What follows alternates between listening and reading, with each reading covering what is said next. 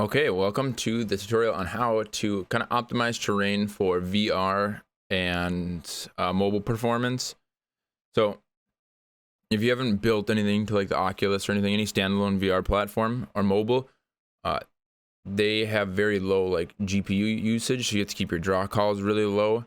And right here I have just an example scene. This is going to be for one of my newer games, and I want to have a big open world, but still be able to make it run standalone. Ignore these rocks, so they're just template rocks that I use to drag everywhere. But as you can see, I get this huge open world scene, and this is running at 72 frames per second, nonstop, no matter where I go on the map.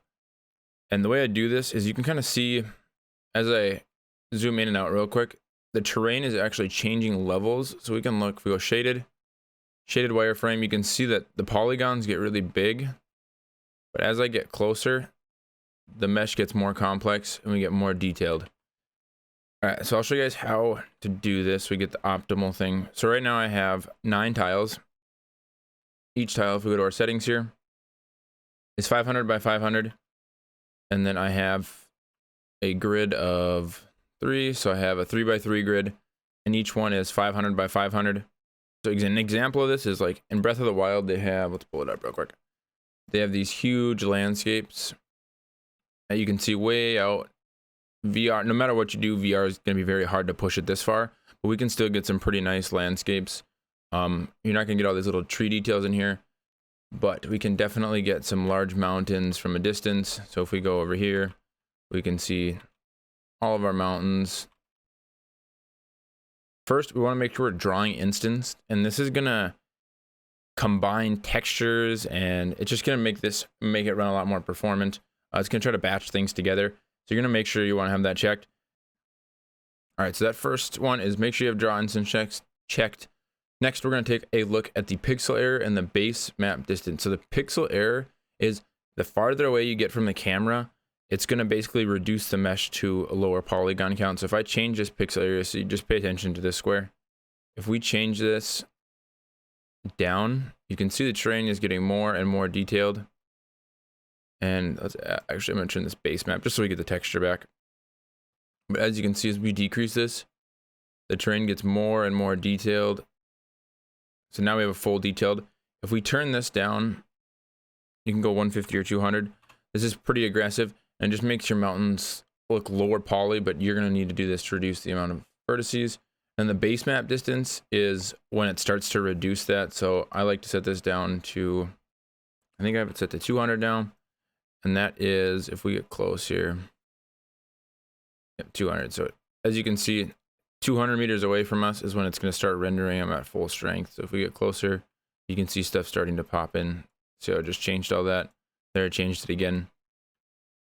So you can even read the tooltip, the maximum distance at which terrain will be displayed at full resolution. So those 3 settings are going to be your biggest performance boosters. And then the last thing is, if we head down, we want to scroll all the way down to where it says texture resolutions.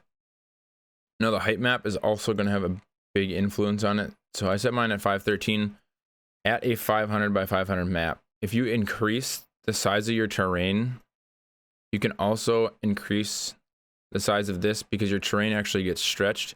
So if you have 1000 by 1000 and you double it, you're getting the same quality of terrain, but you're using just different numbers.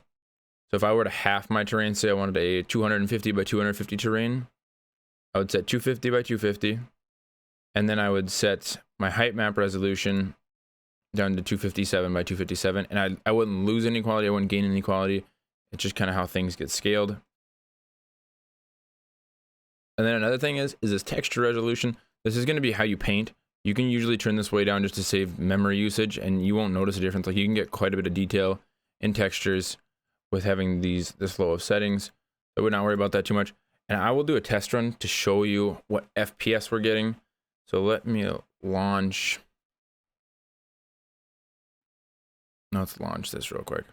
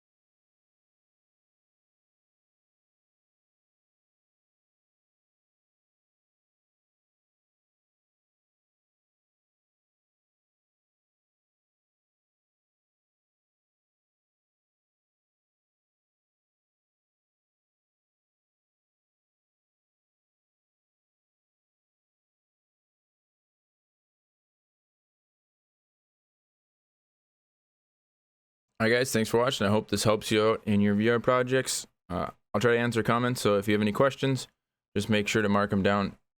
Make sure to comment below.